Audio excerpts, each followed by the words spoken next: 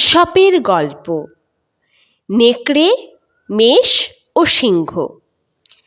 এক নেকড়ে মেষের পাল থেকে একটা মেষ ধরে মেরে নিয়ে যাচ্ছিল নিজের গুহায়।